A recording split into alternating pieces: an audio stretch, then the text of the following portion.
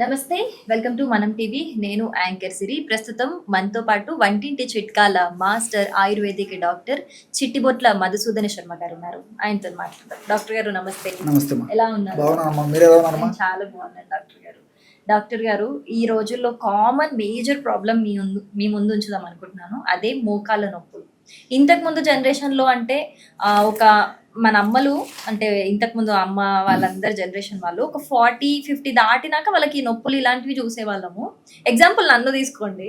మా ఇల్లు ఒక 3rd ఫ్లోర్ లో ఉంటుంది. 2nd ఫ్లోర్ వరకు బాగానే ఎక్కుతాను నేను. 3rd ఫ్లోర్కి వచ్చేసరికల్లా పట్టేస్తాయి కాళ్ళు. అంటే చాలా 20s లోనే మనం ఈ నొప్పులు, మోకాళ్ళ నొప్పులు కావచ్చు, కాళ్ళ నొప్పులు, అన్ని రకాల నొప్పుల్ని చూస్తున్నాము.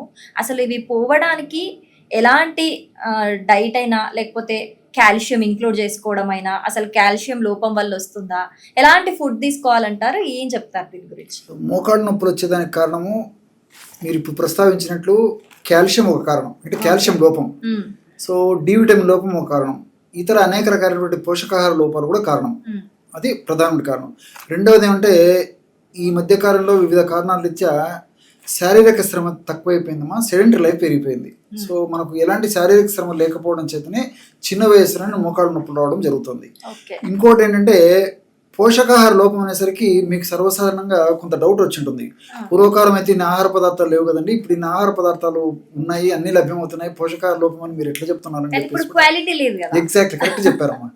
సో ఆహారాలు ఎక్కువైపోయినాయి, రుచులు ఎక్కువైపోయినాయి, లభ్యత ఎక్కువైపోయింది, అందుబాటులో ఎక్కువైపోయినాయి. అదేవిధంగా జనాల దగ్గర ఆర్థిక స్థితిగతులు పెరిగిపోయి కానీ నాణ్యమైనటువంటి క్వాలిటీ ఫుడ్ మనం తీసుకోలేకపోతున్నాం. సో జంక్ ఫుడ్ ఇలాంటి ఫుడ్ ఎక్కువ తీసుకున్నాం. అందుకే దానికి జంక్ అంటే చెత్త అని చెప్పేసి బ్రాడ్గా చెప్పుకోవచ్చు.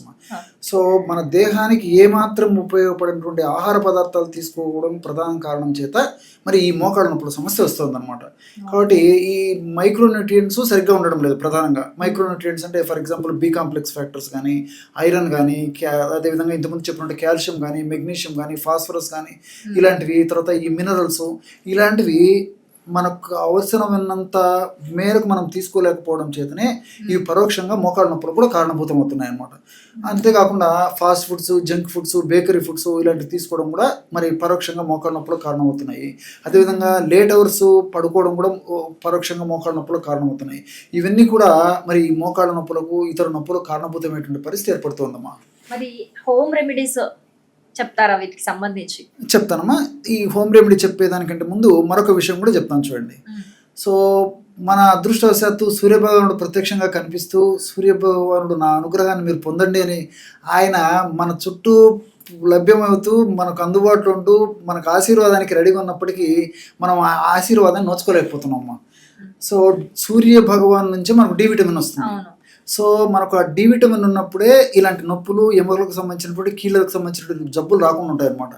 సో ఈ రోజుల్లో ఏం జరుగుతుందంటే చాలామందికి తెలియక అవగాహన లోపంతో ఆరోగ్య స్పృహ సరిగ్గా లేకపోవడం చేత మరి విచ్చలవిడిగా కాల్షియం టాబ్లెట్స్ వాడము, కాల్షియం ఉన్న ఆహార పదార్థాలు కూడా తీసుకుంటున్నారు. అంటే వాళ్ళకు మిడిమిడి జ్ఞానంతో ఆ విధంగా చేస్తున్నారు అనమాట. కాబట్టి ఎప్పుడైతే డి విటమిన్ బాడీలో తక్కువ ఉందో మనం టన్నుల కొద్దీ కాల్షియం తీసుకున్నప్పటికీ అది వేస్ట్గా వెళ్ళిపోతుంది తప్ప మన బాడీకి ఉపయోగపడదు. చాలా మందికి తెలియదమ్మా. సో మన బాడీలో తగినంత డి విటమిన్ ఉన్నప్పుడే దాన్ని తీసుకున్నట్టు కాల్షియం మీరు ఆహారం ద్వారా తీసుకునివ్వండి, ఔషధం ద్వారా తీసుకోండి, మన కాల్షియం ఉపయోగపడుతుంది. అది కూడా నేచురల్ గా రావాలి, డి విటమిన్ వస్తే చాలా మంచిదమ్మా. సో అది చాలా మంచిదమ్మా. ఈ మధ్య డి విటమిన్ కి కొంతమంది వీక్లీ వన్స్ టాబ్లెట్స్ ఉంటాయి, అవే ఎక్కువ ప్రిఫర్ చేస్తున్నారు. డాక్టర్స్ కూడా అవే సజెస్ట్ చేస్తున్నారు. అవునమ్మా, తప్పని పరిస్థితుల్లో ఏదో ఒక రోజులో మాత్రం డి విటమిన్ అయితే ఉండాలమ్మా. సో కాబట్టి ఆ విధంగా మనం ఆ డి విటమిన్ లోపాన్ని భర్తీ చేసుకుని మంచి ఆహారం తీసుకోవడం వల్ల మరి మోకాళ్ళ నొప్పుల సమస్య నుంచి ఆహార పరంగానే రాకుండా ఆ మోకాళ్ళ నొప్పులు ఉంచుకోవచ్చు.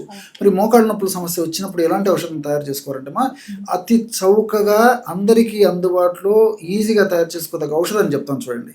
అది వాము. ఫస్ట్ వాము తీసుకోవాలమ్మా. వామునే ఓమము, అజవాయిన్ అనేటువంటి పేర్లతో పిలుస్తుంటారు. వామును తెచ్చుకొని శుభ్రం చేసేసి కాస్త వేయించేసేసి పౌడర్ లాగా తయారు చేసుకొని ఆ వాము చూర్ణాన్ని ఒక 50 గ్రాములు తీసుకోవాలి. అట్లే శొంఠి చూర్ణాన్ని 25 గ్రాములు తీసుకోవాలి. దాల్చిన చెక్క చూర్ణం 5 గ్రాములు తీసుకోవాలి. సో వాము చూర్ణము, శొంఠి చూర్ణము, దాల్చిన చెక్క చూర్ణము నేను చెప్పినట్టు పద్ధతిలో 50 గ్రాములు, 25 గ్రాములు, 5 గ్రాములు ఈ 3 పదార్థాలు కలపడం వల్ల బ్రహ్మాండమైనటువంటి అందరూ వాడుకోదగ్గ మోకాళ్ళ నొప్పులకు సంబంధించినటువంటి పౌడర్ రెడీ అయిపోతుంది. చాలా అద్భుతంగా పనిచేస్తుందమ్మా. సో అన్ని సైడ్ బెనిఫిట్స్ ఉంటాయి, ఎలాంటి సైడ్ ఎఫెక్ట్స్ ఉండవు. సో ఆ విధంగా తయారు చేసుకున్నటువంటి చూర్ణాన్ని ఒక గాజు సీసాలో నిల్వ ఉంచుకొని 1/2 టీ స్పూన్ ఉదయము 1/2 టీ స్పూన్ రాత్రి ఆహారానికి ఒక అరగంట ముందు తేనె వాడదైనటువంటి వాళ్ళందరూ కూడా కాస్త తేనెతో కలిపి తీసుకోవచ్చు. తేనె వాడకూడనటువంటి వాళ్ళు ఎవరైనా ఉన్నట్లయితే ఒక కప్పు లేదా ఒక 100 ml మిల్క్లో కలిపి తీసుకోవచ్చు. మిల్క్ కూడా వాడడం ఇస్తున్నటువంటి వాళ్ళు, మిల్క్ వాడనటువంటి వాళ్ళు ఎవరైనా ఉన్నట్లయితే కాస్త నీళ్ళలో కలిపి తీసుకోవచ్చమ్మా.